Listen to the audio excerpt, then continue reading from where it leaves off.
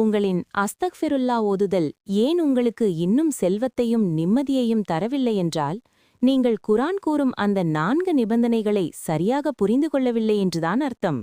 சூரா தாஹா 20:82 அல்லாஹ் கூறுகிறான், யார் பாவங்களுக்காக வருந்தி தௌபா உண்மையாக நம்பிக்கை கொண்டு ஈமான் நற்செயங்கள் புரிந்து சாலிஹ் பிறகு நேர்வழியில் உறுதியாக இருக்கிறாரோ அவருக்கு நான் நிச்சயமாக மன்னிப்பவன் என்று. வெறும் நாவினால் சொல்வது மட்டும் போதாது. முதலில் தௌபா மூலம் பாவங்களிலிருந்து விலகி அல்லாவிடம் முழுமையாக திரும்ப வேண்டும். பிறகு ஈமான் மூலம் உங்கள் இதயம் அல்லாவை நினைப்பதில் மட்டும் அமைதி காண்பதை உறுதி செய்ய வேண்டும்.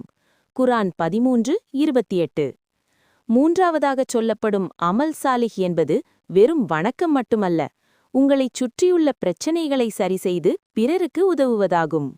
இறுதியாக நேர்வழியில் நிலைத்திருப்பது என்பது ஒவ்வொரு நாளும் உங்களை நீங்களே மேம்படுத்திக் கொள்வதாகும்.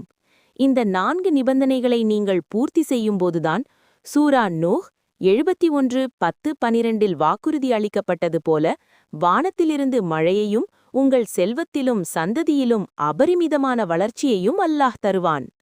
எனவே வெறும் வார்த்தைகளை எண்ணுவதை நிறுத்திவிட்டு இந்த 4 நிபந்தனைகளை உங்கள் வாழ்க்கையில் செயல்படுத்துங்கள். அப்போது உங்கள் வாழ்வின் மூடிய கதவுகள் தானாகவே திறக்கும்.